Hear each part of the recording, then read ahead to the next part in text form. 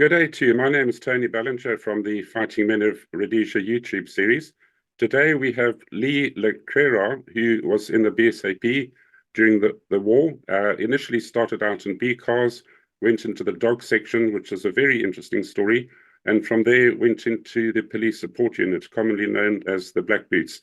Lee, it's lovely to have you on board. It's really, I feel really fulfilled when I get guys to come and talk. It's important for our history.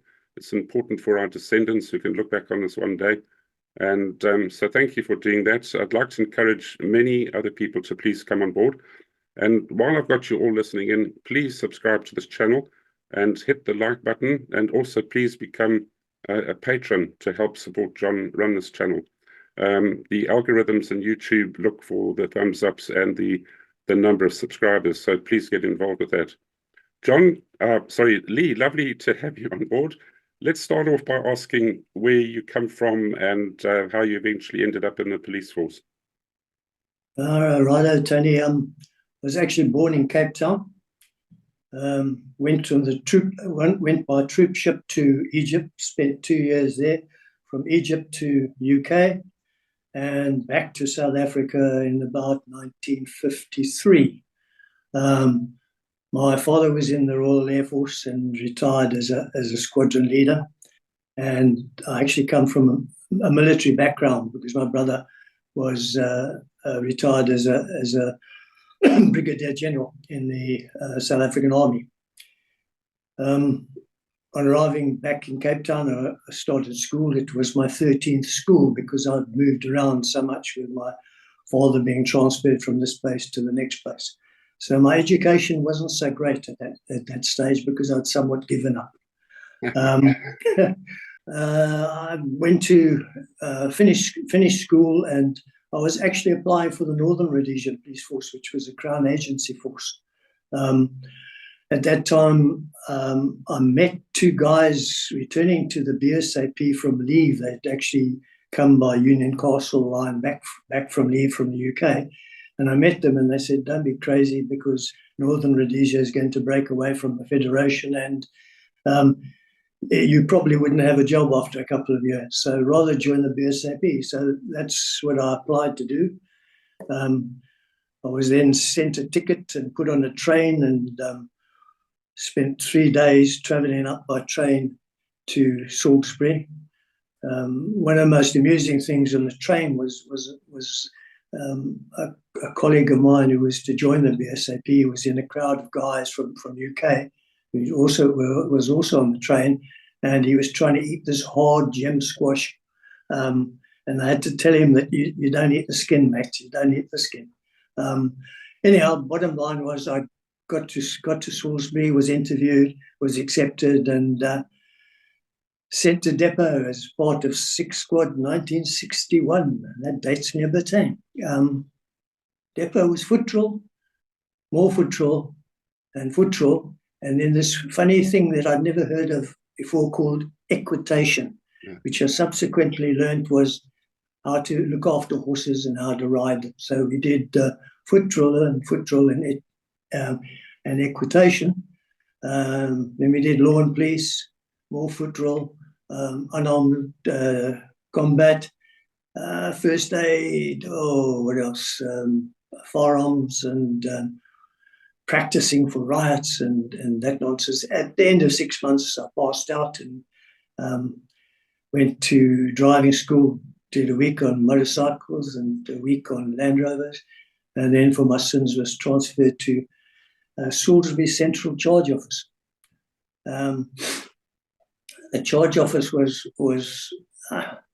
it was interesting in a way when I had to walk the beat, which was a bit of a pain, and you work shift work from 7 in the morning to 3 in the afternoon, 3 to 11, and 11 to 7.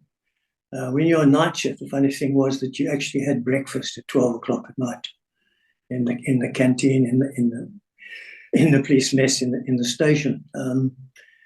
I did that for 5 months, and I was then sent on an advanced driving course. So I did that, and then I went to information room, which is B cars.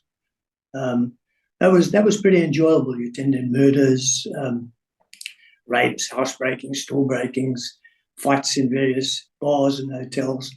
Excuse me. The amusing thing was that I was only 18, and although I could drink in the police club, I couldn't drink in any other pub because I was underage at the time, which was 19. After 18 months there, what was of interest there? Oh yes, I went. Domestic disputes was a big thing too. Went to a domestic dispute with my African observer. We pulled up. I got out the car, walked into the house, and there was this big mommy chasing a small daddy round and round the lounge with this what do you call this thing that you use to roll out dough? Rolling pin. That's right. Rolling pin, Anyhow, being a brave sod, I stepped in front of mommy and said, "Stop, stop!" And she hit me on the head with a bloody rolling pin. And subsequently, between my African constable and myself, we eventually subdued her, and peace was restored, and went back to normal duties with a bit of a lump on my head. And sad occasion, called to a gunshot in the avenues, in a flat in the avenues. Arrived there, and to be told that his family's 16-year-old daughter had locked herself in the bathroom and taken a gun and actually shot herself. So I had to force open the door, and that was quite a shame because she had all her life ahead of her. And the problem was that her boyfriend had broken up with her. Yeah, she's for the rest. Anyhow, yeah, it was.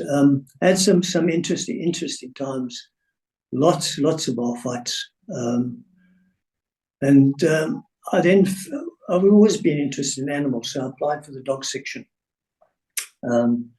which was accepted. That was early 1963 now.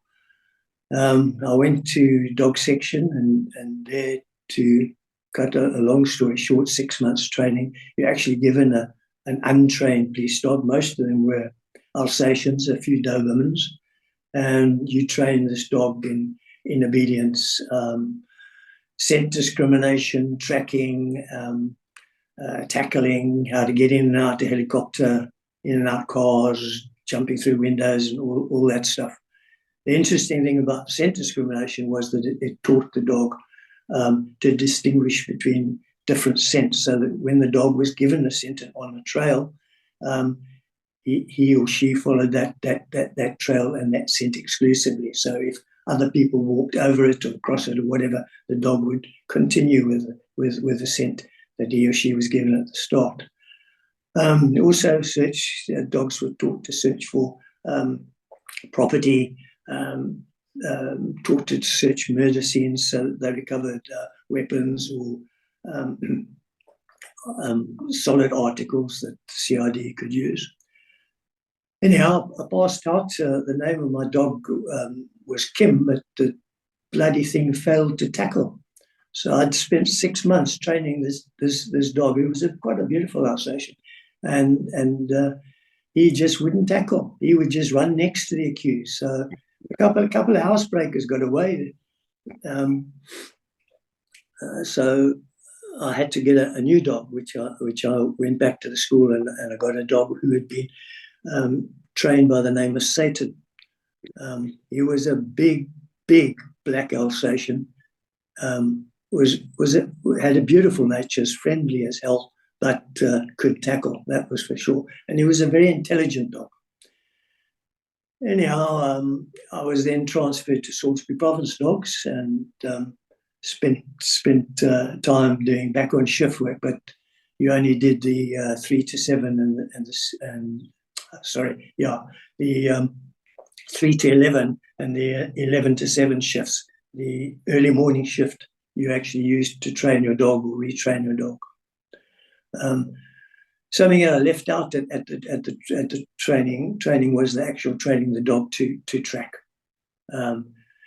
Satan had a very good nose. He actually had, when he retired, had a lot of housebreakers and criminals arrested, a lot of them as a result of tracking.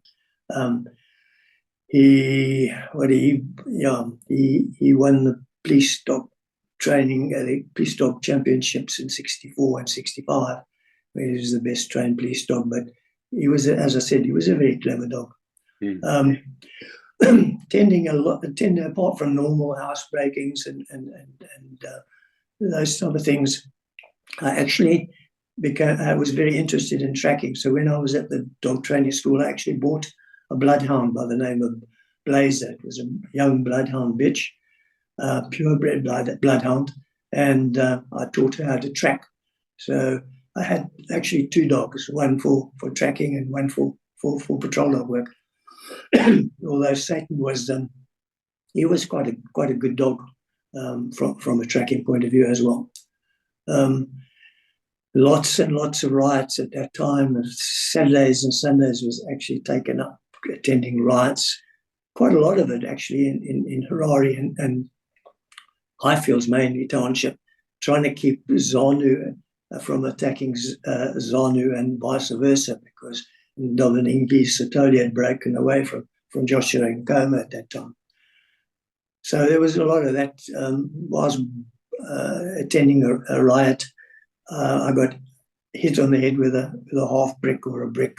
I'm not quite sure, but anyhow, it knocked me unconscious. And African constable who was standing next to me from Highfields police station actually took charge of Satan and kept the mob at bay whilst I recovered, which I was quite thankful for, because I was out for a little while, and he got commissioner's accommodation for that. He was quite a brave guy.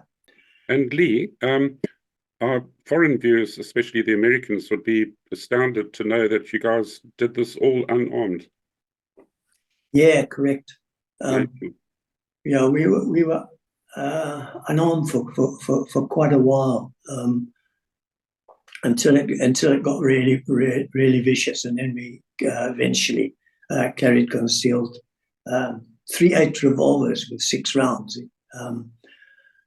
But yes, most of the time was, in fact, all of the time was unarmed. In fact, it used to be quite amusing, because we would be called to the start of a riot. We would in the dog van, we would turn the corner at the bottom of Highfield Circle and drive up to the shopping centre where most of the mob was generally gathered. And as we arrived, the riot standby would already be there, but sitting in their trucks. And we would arrive, and they would start clapping before we even got got the dogs out. And in actual fact, they were quite jovial and quite amusing, up until the time that the agitators in the back started throwing half bricks and bottles and that type of thing. And then we obviously had to disperse them. So that was the riots in Salisbury province. And yeah, I remember my dad every Saturday or whatever getting into his blue overalls. He had the white helmet from the British Army, that sort of shape. He had a baton and tear gas and a shield, and that was it. And up against really angry mobs, I used to get quite worried for him, actually. Yeah, no, it used to get quite serious. In fact, for a while, when one discovered how little pickaninny, how far little pickaninny could throw half brick, and they got quite clever, and they used to sort of suck you down alleyways, and when you were in the alleyways, then all the stuff started coming. So it got quite serious. The amusing thing was that the riot standby very seldom ever got out their trucks. They just let us clear the crowd. Yeah, that's about as far as riots are concerned. In very early 64, 65, Commissioner of Police was asked to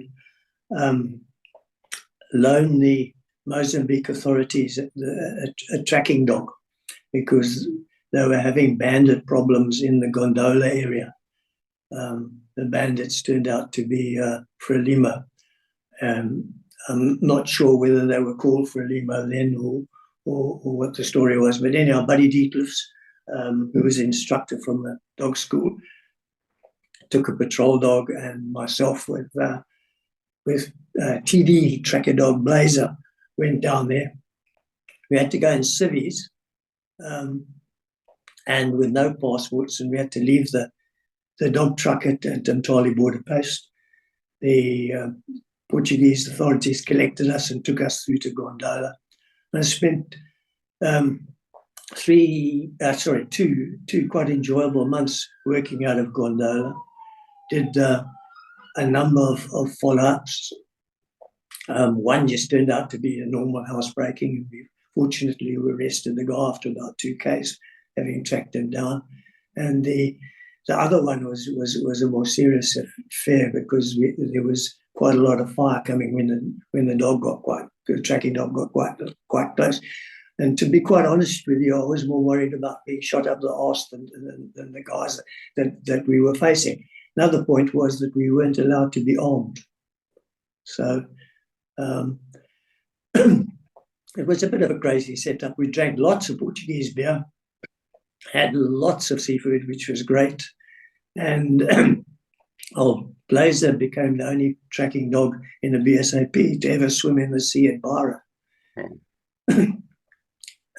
Sort of nothing to do with me, but whilst Buddy and I were doing that in Mozambique, Tony Hawk and another dog handler, and who happened to be the best man at my first wedding, he and Sergeant Kawari with Buster were seconded to Malawi, because Hastings Banda was having dissident problems and asked the police for assistance.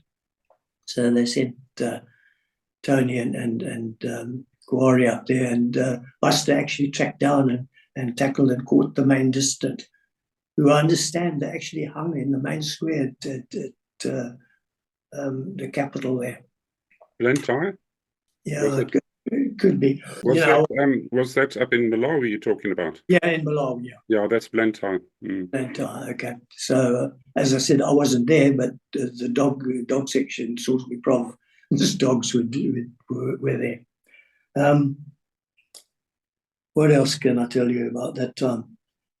Was that when you were with the tracking school and the RLI and the SAS? No, that's later. That was quite a lot later. It was when I got back to Salisbury from Mozambique. I actually was asked to form the tracking wing of the Salisbury Prov dogs. So, which I did do, which took me off shift work, which was quite cool. And then I used to work 24 hours on call and 24 hours off. And Sergeant Kawari would, in actual fact, was my partner, who also did 24 hours when I wasn't on. So that was tracking all over the bloody place. We went up quite far north. We went to places where there was no other dog section involved. The dog section actually had bases in Bulawayo, big base in Bulawayo, one in Mtali, smaller ones in Gwelo, and a couple of other places that Kwekwe, I think they had one as well. So we didn't cover those areas, but we covered quite a large portion of the country. And was your transport helicopter, or did you go by Land Rovers, or how did you get? Yeah, the war hadn't really started then. We actually were going by transport. So we had our own dog section tracking Land Rover, which was funny enough. It was which was painted green and had no police markings on it, which came in very useful later on in my life, which I'll tell you about. Anyhow, 1966, 28th of April 1966, Johnny Holmes, who I gave Blazer, and I took Satan with me, we were asked to go to Sinoia because there were supposedly some terrorists there. And Insp had information that they would be at a certain place. So off we went, dressed in our riot blue uniforms, shiny cap badges, and all that stuff, and a .38 revolver with 6 rounds. we got briefed and went into sweep lines, and we were moving forward in the bush. And sorry, I left out the fact that there was an army major, I think it was, and his sergeant actually stopped on the way and asked whether he couldn't join us, and which he did do. The rest were all police reserves and support unit. And I think we had 4 helicopters from 7 Squadron, one of which had an MAG mounted, but without the aerial sight. Anyhow, we're sweeping through the bush, and this helicopter landed and said, "Hey, you guys are actually walking into another stop line.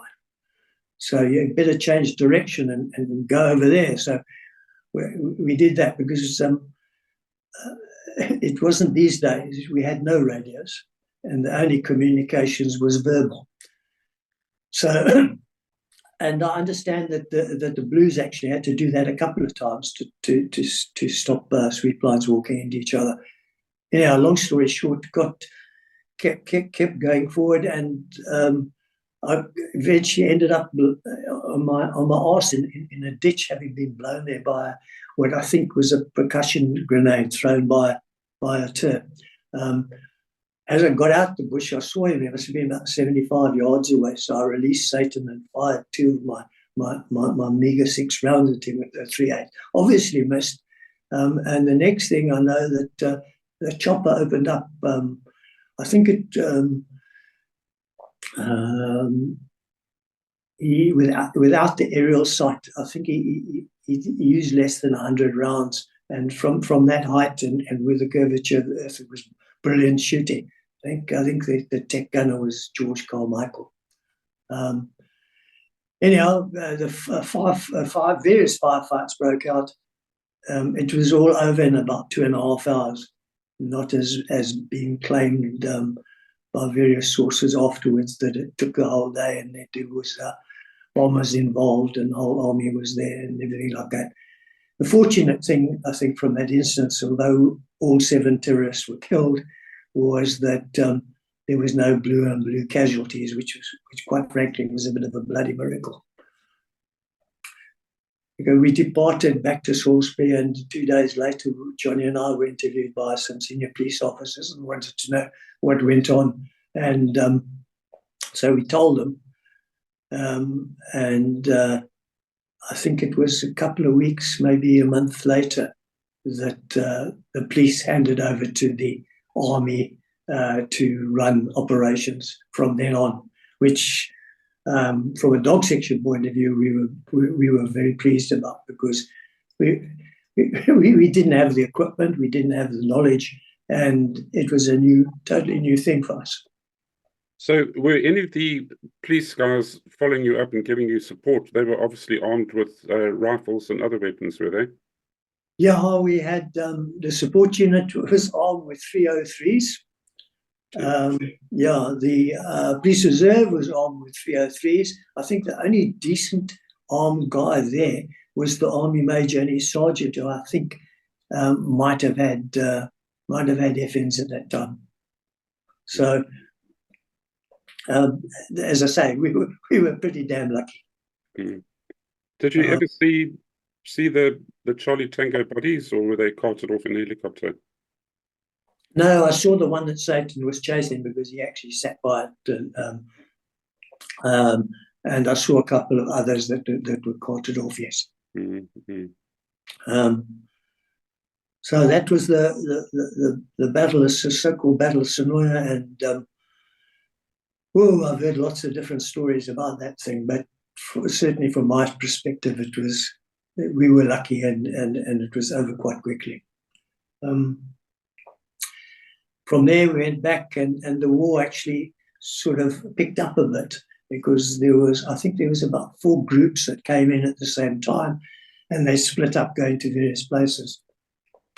The group in Sinoia was tasked with destroying power lines and that type of thing, and subverting the locals. 17th of May we were called to the Hartley area because a farmer by the name of Fullion and his wife had been shot and killed by terrorists there. They'd actually opened their front door and they were gunned down. And I actually saw the scene there inside. There was a baby's cot there, and the baby was inside, and all the bullet holes were above the cot, fortunately, so the baby survived.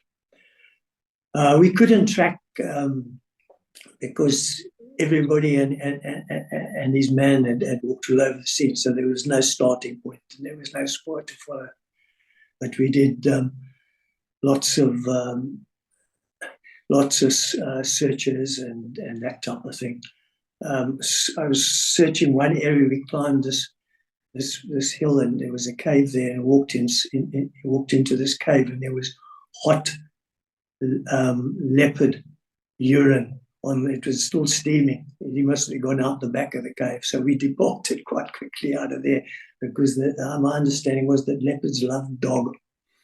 What else? Another occasion there, Johnny Holmes and I, we were doing another search and ended up at a farm called the Last Chance Farm, and we hadn't slept on a bed for ages, and the farm was deserted, and there was this double bed there in the farmhouse. So we went to sleep on this bed, but we kept rolling into each other at night, and because the bed actually had a V in it, so it was obviously well used bed that one. Yeah, I got out of the bed and lay on the floor and went to sleep there, and left Johnny laying in the V of the bed.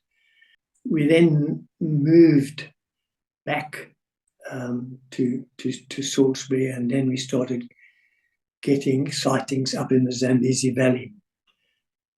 And there we actually had to inject our dogs with a solution devised by the vets in Salisbury to inoculate them against sleeping sickness. So before we went there, we had to inject our dogs. Every time we went there, actually, we had to inject our dogs. So moved up to Kenyamba. Actually flew there in a DAC to Kenyamba in the Vomit Comet, as you would know. What a terrible bloody plane. But hell, it was a workhorse. And some helicopters from 7th Squadron arrived there. So we were doing searches around there, looking for spoor and for information. We were based at Kenyamba Police Station, which is right on the border of Zambia across the river and Mozambique, as you're looking at the map on the right-hand side. Very close to Mozambique, in fact. There I met for the first time a tribe of people called the Vadoma, I think it's called. They're two-toed people. And they obviously had a genetic fault over the years because most of the tribe, small tribe that lived along the Zambezi River, had just two toes. All the rest were joined together. They fortunately disliked the terrorists, and because the terrorists used to rob them of their food and take their women into the bush. So we got a call one day, and Johnny and I got in a helicopter and we flew to this crawl, got out. They said no, they'd been visited by a group of Turs, about 7 of them who'd headed off in that direction. So they showed us the spoor. They were also quite good trackers, those guys. Showed us the spoor, and I put Blazer down and off we went. The problem was that we had no support troops with us. We just had the helicopter above and no radio. Yeah, Blazer tracked, and we must have gone for 4 or 5 Ks, and the helicopter came in front of us, and sort of the tech waved us down and landed, and he got out and he said, "You guys must stop bloody tracking now because we're about 4 Ks into Mozambique and there's a kraal ahead of you, and we can't really give you any support because if they're in the kraal, then there could be a big problem." So we had to pack up and get in the helicopter and go back to base. Tracked with the RLI at one stage up there and got chased up a bloody tree, thorn tree too, by a bloody angry black rhino. Hell, those are cantankerous buggers. RLI departed up various trees because they were my support troops, and the dog took off. Fortunately, we had to wait. The rhino eventually departed. I got my dog back, but that was the end of the tracking for the day.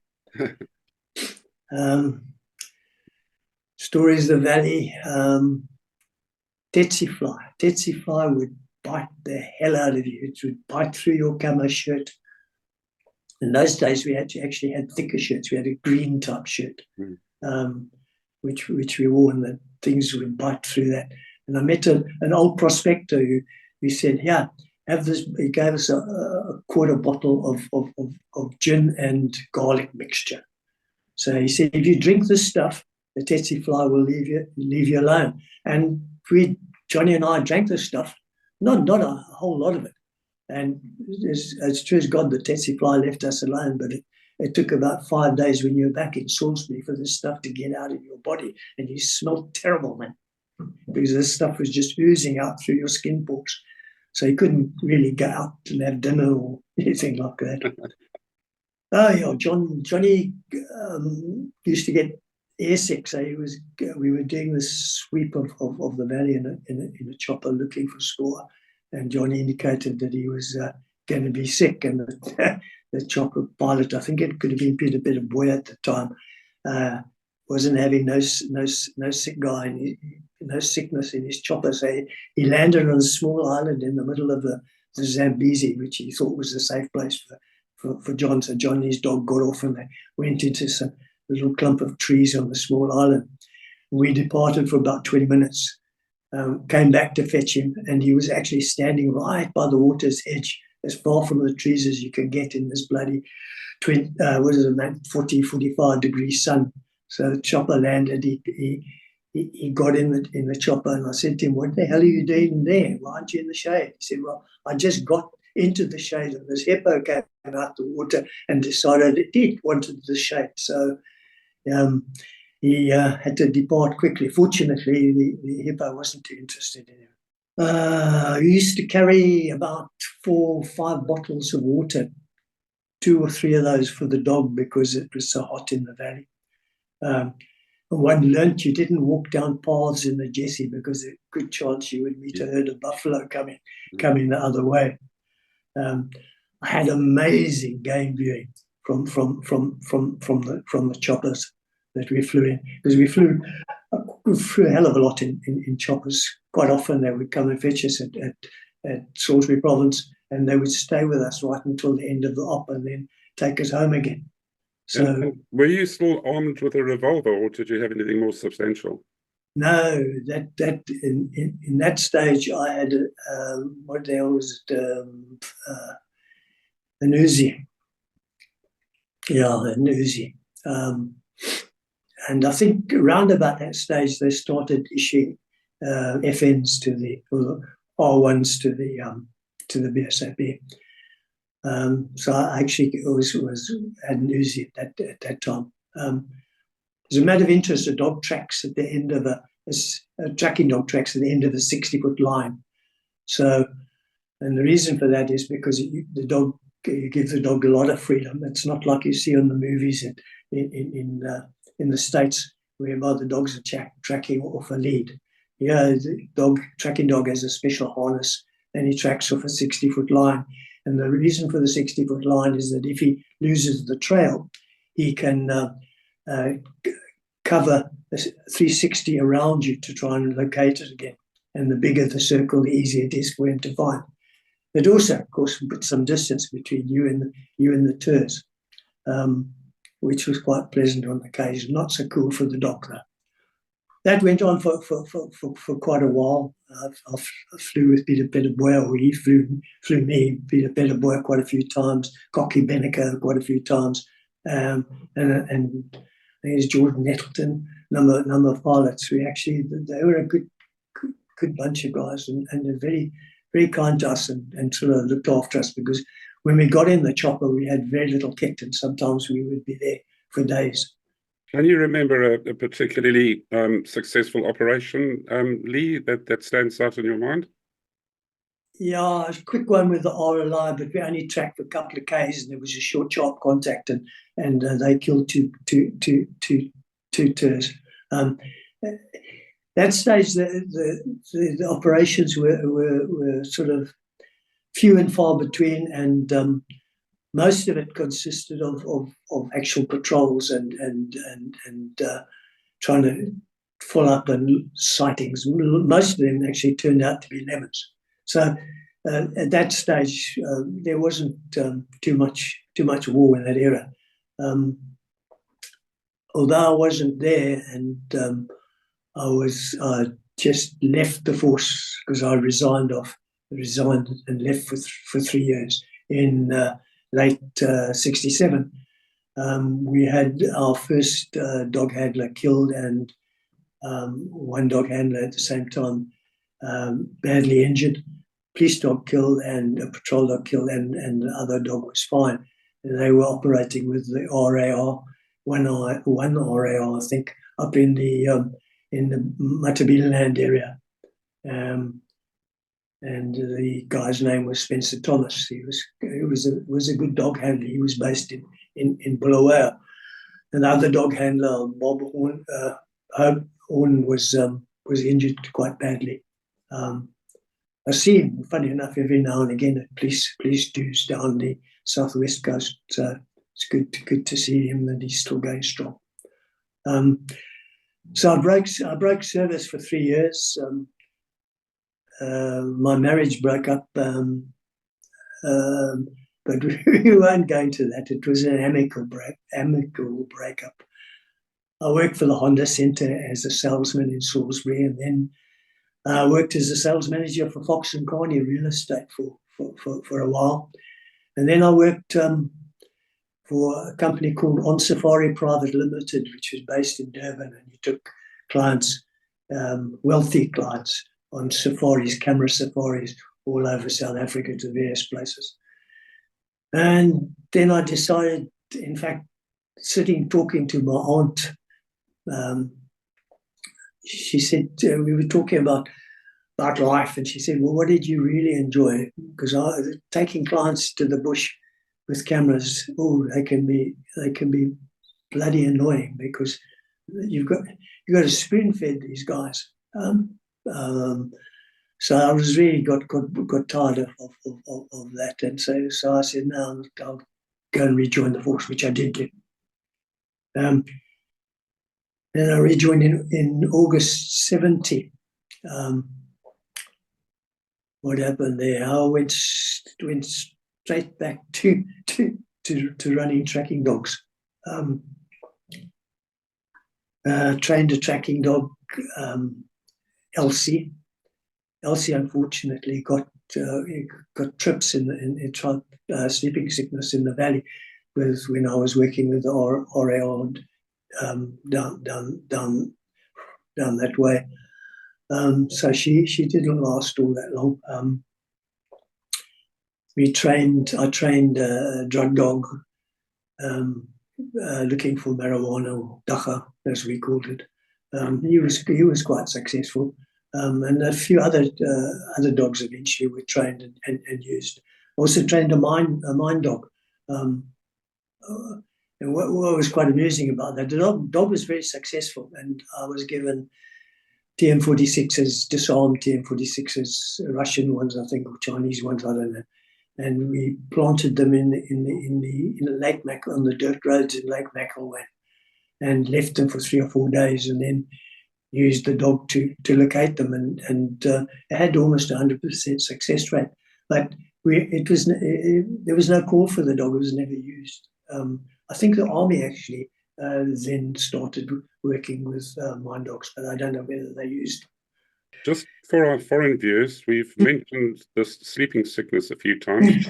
In the valley of Zimbabwe, or Rhodesia as it was then, on both the northern and southern sides of the Zambezi River, and right throughout Central Africa, there was a black fly that would bite humans as well as animals, and it would infect them with an illness called trypanosomiasis, which is commonly known as the sleeping sickness. And it was eventually weeded out by putting dummy animals into the bush, painted black, actually bits of hessian, painted black with a poison on it. And this opened up vast areas for farmers to move into and has virtually eradicated the tsetse fly. I think the only area it survives in now is the Zambezi River in Mozambique. I thought I'd just interject with that. Lee, sorry to butt in there. Oh, that's cool. Get my voice back, mate. Oh, December 1972. I think it was 21st December 1972. Dave Quilliam with his patrol dog, Rima, and myself with my tracking dog, who was a new tracking dog named Tish. We got called to Altima Farm in the Centenary farming area where there had been a farm attack. So we went there, but we actually drove there, so it took us ages to get there. When we got there, there was no ways we could track because the whole scene had been obliterated. For your viewer's point of view, for a dog to track successfully, they needed a start point with a scent at the start point, so they could understand in who they were following, as opposed to you can't track unless you actually get that initial scent of the accused or the terrorist or whatever. So that scene was destroyed. So we went based back at Centenary. We were based with the SAS, with those Bert Sachs, and eventually then I think RLI Support Commander under Lieutenant Buttonshaw arrived. So we were there, and on the night of the 23rd, a farm by the name of Whistlefield, which was quite close actually to Altima Farm, was also attacked. The sad thing about it was that the owner of the farm, Altima, actually had moved himself and his daughter and family to Whistlefield Farm, and so that was the second time in 2 days they had been attacked. And the little daughter got actually shrapnel from a rifle grenade that had hit the place, or an RPG. I'm not sure. The people I think it was the SAS, had actually found and located a landmine at Altima Farm, and they'd lifted it. So we went out in convoy that night towards Whistlefield, but we stopped quite well short of the farm, because the SAS were worried about landmines.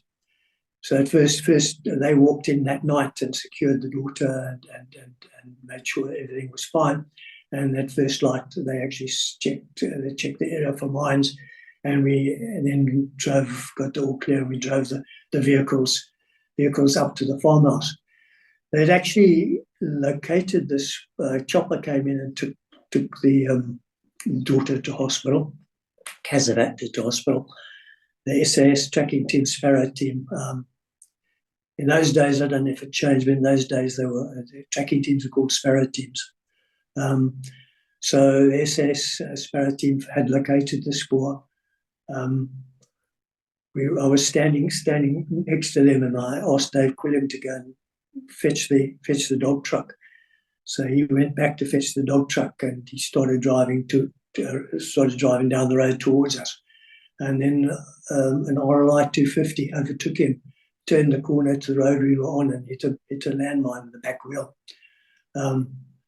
Unfortunately, as a result of that, the RLI lost Corporal Moore, I understand, died 2 days later, and a trooper by the name of Boita, I think, was also in the back with him. He got also badly injured, but I understand survived. Buttonshaw, I understand, Lieutenant Buttonshaw was on the bonnet of the truck. So although thrown off, he and another trooper were lucky. So I was a bit worried. I actually thought that an RPG had actually hit the truck, because that was the first time I'd ever heard or seen a landmine going off, and we were actually very close to it. I was a bit worried that Tish wouldn't track, And there I am with the pros. So you don't want to let the side down. Anyhow, I got Tish out the truck and put on the harness and gave her the scent, and off she went, and she went like a train. We'd probably gone for about 2 k's. I could see the spoor. It was you could see the visible spoor there and the tracks. And then I was asked to stop. So I stopped, and they said no, they want the SAS tracking team to take over, and asked us to go back to the farmhouse. And needless to say, I was rather pissed off because we were actually really motoring. I think the problem maybe was because we were going too fast. Mm-hmm. And we had the SAS. The SAS were brilliant. That Sparrow team was brilliant. It was actually slightly ahead of me or next to me in extended line. And behind them came lower line. And when a tracking dog tracks, it pulls. So you're going quite fast. The problem with support trips is that you following the trail, which is generally quite flat and already broken down, whereas the support trips have actually got to go through thick bush, over gormors, through holes, all that type of jazz. So they get tired quite quickly. So maybe that's the reason I was asked to stop. I don't know. Now we returned to the farmhouse, and then we based up with the SAS at a farm not far from Centenary for a while. What happened then? What happened was the SAS dropped in stops on the line of flight, and along, I think it was the Zambezi River, I'm not sure, but I think that's what it was. They dropped in stops on the river, and the next morning, I understand the trackers were almost catching up, and the tours actually bumped into one of the stop signs, and I think they killed 2 or 3. We were flown in there to see if we could pick up any spoor, and on the ground there was he was then Lieutenant Schulenberg. He was in charge of the one stop, and they actually done a sweep and actually found a wounded tour. But I mean, all the stops were coming in from various directions. And so there was spoor all over the place. The tours had obviously bomb-shelled, so we actually couldn't do a follow-up there. So we went back and spent a while with him until we were actually relieved some days later with a fresh dog team. What was of interest was that I'm not sure whether it was Brian Robinson or who was then a major, or Bert Sachs, asked me whether dogs could track at night without lights, without torches. And unbeknown to me before that time was that the SAS was deep in Mozambique, doing whatever the SAS did in Mozambique. And quite often they were on spoor, but they had to stop at night because you can't use torch at night. And it was heavily infested with Frelimo and Zabu and Zipra, funny enough. And I said, yeah, no problem, because that's what we did at night. We tracked. We didn't generally need a torch. I understood that it went to the commissioner, but I could be totally wrong, but I think it went to the commissioner, but he wasn't having any of it. He wasn't having no BSAP running around Mozambique with the SAS. And so that died a death. That was Commissioner Allen, wasn't it? No, before his time. Okay. No, before his time. Okay, then we went back to base, and from there, that was actually the start of Operation Hurricane.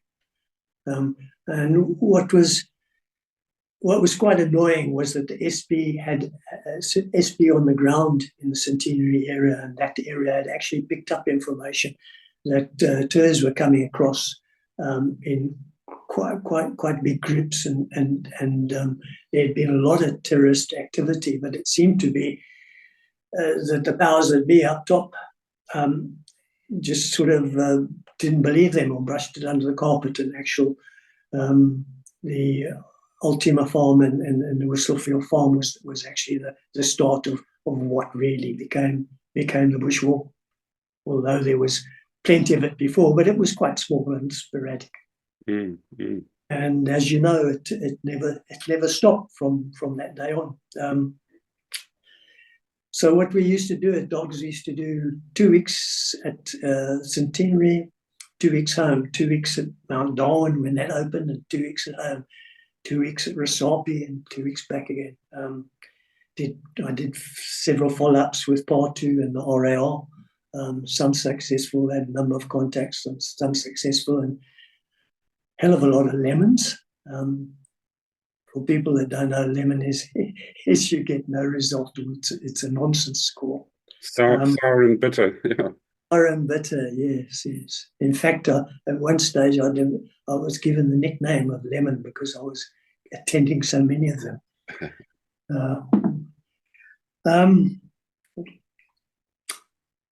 Whilst at Centenary, a party stick had a contact with a fairly large group of tours. I flew out with I'm not sure whether it was 1 or 2 RL, but anyhow, we flew out, dropped down. I found the spoor, put dish down, and tracked for about 2 Ks through thick bush. The line went slack, and whilst I was sort of walking down the line to where obviously where Tish was, I found her in a thick bush licking this terrorist's bloody face. He was lying, he was wounded on the ground, and AK next to him. I had a shotgun over my shoulder in the thick bush because you can't carry a proper shotgun across your body when you're tracking. So I couldn't get it down. Fortunately, the tour was so scared of this dog that he surrendered, no problem at all. Was handed over to SB, and we carried on tracking. Went for about 10, 12 Ks. RAL were doing bloody well because we were going fast again.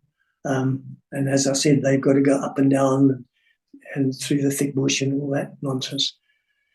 It's a matter of interest when a tracking dog is tracking, it's tracking right at the end of the 60-foot line. Behind the tracking dog comes the tracking dog master or handler, and right next to him, behind him, or slightly to the right or left, is the patrol dog handler with his patrol dog.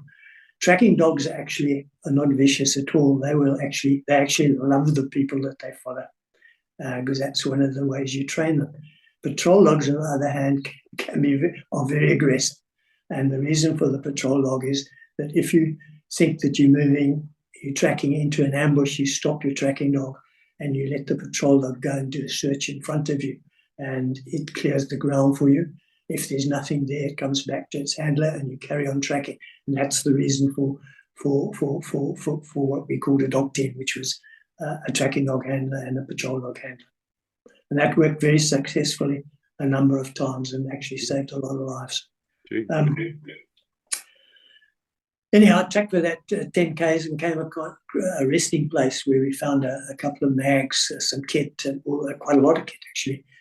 So it would appear that we were actually catching these guys up. So we carried on tracking, and Tish was tracking with a head right up. When a dog tracks with a head right up, the spoor is very fresh. It actually is scenting the scent from the air as opposed to the ground. And so we kept going. She was actually going down a little stream in the middle of the stream, actually, tracking. So it was that fresh. Went for about another 10, 15 Ks. I don't know, on the map, when we looked at it, it turned out to be about 37 Ks. We tracked that time, and we did it in about 5-6 hours. Yeah. So we were really going. Could have been slightly longer. Anyhow, we never caught up with those tours because it got dark and the RAR were exhausted. And I mean, you're carrying that bloody MOG and all those rounds, the medic's carrying his pack and all that stuff. So they actually did brilliantly. So we based up for the night, and these guys, these RAL troops were so chuffed with this dog. They were so, it was the first time I ever worked with a tracking dog, and they wanted to feed this dog. I said, hey, stop, the bloody dog will never track again. You give it too much food.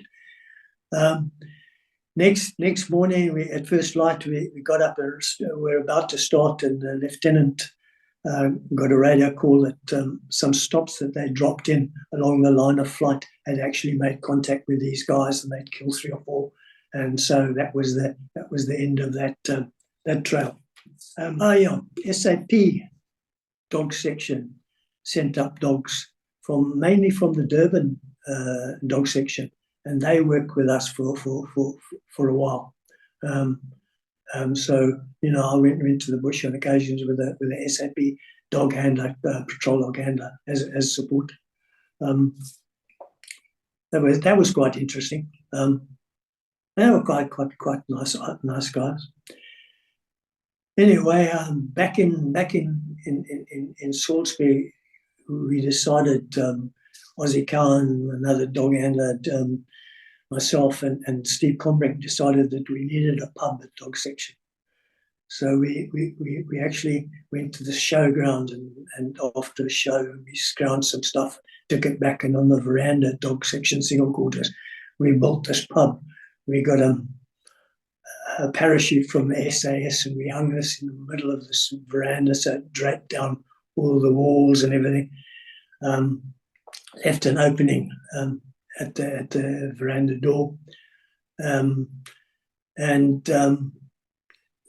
that pub actually kept me sane for a number of years, and kept a number of dog handlers sane for a few years, because we had more SAS and RLI in that pub than we ever had normal policemen, because that's who we work with most of the time in the bush. Yeah. And we used to play volleyball there against the SAS, and I think we had one game against the RLI, but it was a great pub. What happened? They decided that just being a dog master, a tracking dog master, you actually needed to learn how to visually track. So they sent me to the Army tracking school at Crerar, which was really good. I enjoyed that. I was there with some SAS guys. To mind, James Hayden comes to mind from RLI. Bundu Peters comes to mind. And we were taught to track. We were taught by the best of the best. These guys were real pros, and I learned quite a lot there. I remember tracking with the SAS guy who was actually tracking. We tracked in 3-man teams. SAS guy was tracking, and I was following him. The RLI guy was behind me, and we came through the bush, and there was this bloody bull elephant standing there. So that waved its ears at us, and they trumpeted a bit, and we stood, because it was a matter of pride of 3 different sections here. We had the SAS, the RLI, and the BSAP, and who the hell was going to run first? And it sure as hell wasn't going to be me. Bottom line is that it gave a mock charge, and we all ran at about the same time. So that was quite amusing. They asked me, the instructors, they asked me whether I wouldn't give them a dog demonstration of a dog tracking. So I had my dog brought up from Salisbury, and we laid a trail which was about 10 minutes old, and dog took off, and I think it was about a K. The dog took off, found the guys in a matter of seconds. They couldn't understand why this dog is tracking with his nose up and not on the ground. So I had to explain to them that it was so bloody fresh. That was why. So that was very useful. The only hassle was that when you're tracking with a tracking dog, you've actually got to believe in the dog, and you've got to allow the dog to do its thing. And that visual tracking course was a complication in my life, because I was starting to try and second guess the dog. And when I did that, 99 times out of 100, the dog was right and I was wrong, and I'd messed up the scene. So that's of interest, I suppose. Then we were going to jocks all over the place, but because of lack of choppers, we could never get to the actual scene to do any tracking. We had to drive there, and by the time you'd driven there, it was, it could take 2 or 3 hours to get there. It was a total waste of time. So you would be very lucky if you actually got one call out in 2 weeks sitting at a job. I also think too that apart from lack of helicopters, because they were being used for fire force and cross border and that type of thing, I think too that there was a lack of understanding in the military as to a dog's capabilities. But that's another story. Anyhow, I got bored sitting in these jocks. And so I applied for the police support unit, because at least that was bushwork and you were doing something and you weren't sitting on your arse all day. It must have been very emotional to part with your dogs. Yeah, it was. I mean, during my time in dogs, which was for about 8 years in total, I must have had about 7 or 8 different dogs. Satan, for example, he retired to my brother-in-law's place in Mangula, and what used to amuse the Air Force pilots is when they landed a chopper at Mangula, the first guy in the back seat of the chopper was Satan, because he was so used to getting in and out of choppers, because he would just leave the house and get in the chopper. Tish, eventually she retired to a farm. Elsie was used for breeding. She produced quite a few puppies. In fact, Tish was one of her puppies. Tish, before she went to the farm, also bred, but she was a funny dog. She hated white people, and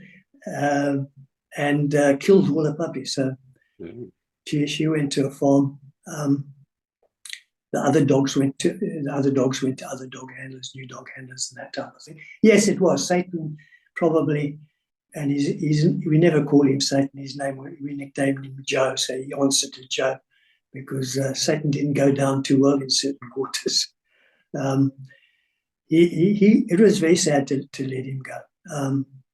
And Tish, I knew, was going to good farm, so yeah, it was quite sad in a way. My last case, funny enough, and the only civilian case I worked in about a year, the rest was all bush and TERS, was I was called out with a guy named George McClellan with his patrol log Rex, and a female had come home at night and been accosted in a house by an accused who actually raped her at knife point. Bundled her into a car with a whole lot of her property, and then made her drive off down the Umtali Road towards Umtali, about 20 k's, 25 k's outside the Salisbury. He made her stop the car, and he got out with her, and they went and took the property and hid it in the bush. Got back in the car, and as she was driving off, there was a lorry coming towards her. So she swerved in front of the lorry, stopped the car, and got out and ran towards the lorry. And the accused got such a bloody fright that he ran off. So we got called to that scene. We probably arrived about 2 hours later. George found the spoor go running down the side of the road. I had a new tracking dog by the name of Finger, who was another one of Elsie's puppies, and she picked up the spoor and went probably about 100 yards down the road, then off into the bush, and probably about another 100 yards into the bush where we recovered the property. Then we took it back to the road, and I took it back to the scene. Off we tracked some more, and went for about 2.5 k's through a field into some small clump of trees, where we found the accused hiding up a tree with his knife. So we arrested him and took him back. On the way back, the idiot made the silly mistake of trying to escape. And so Rex bit him on the arse quite nicely, and we handed him over to the CID guys at the scene. It's funny enough, it's the only case I ever had to go to the High Court and give evidence in the High Court, which I gave evidence there, and this guy had actually been released from prison that same day, and he had been in prison for previous offences of similar nature.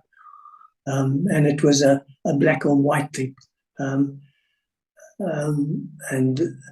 I understand that he was sentenced to death for that particular case and also for the previous ones, but I think it was probably commuted to life in prison. And that was my last BSAP tracking dog case. Lee, Yeah. we've been going for a while. Yeah. What I propose to do is that I'm going to finish recording this session, so it will start converting into the MP4 that we need. I will send you a link in about 20 minutes. I need to have a little bit of something to eat because I got low blood sugar. Oh. Make a cup of coffee, and let's say it's 3:15 now. I'll send you a link at 25 to 4, and then we can start talking about your time in Black Boots. Okay. All right. Is it going all right? Oh, it's wonderful. Wonderful talk. Really well done. So Okay. if you're happy with that, I'll send you another link for a fresh talk at 25 to 4. Okay. No problem. Thank you Yeah. very much. Okay, Okay. lovely. Ciao.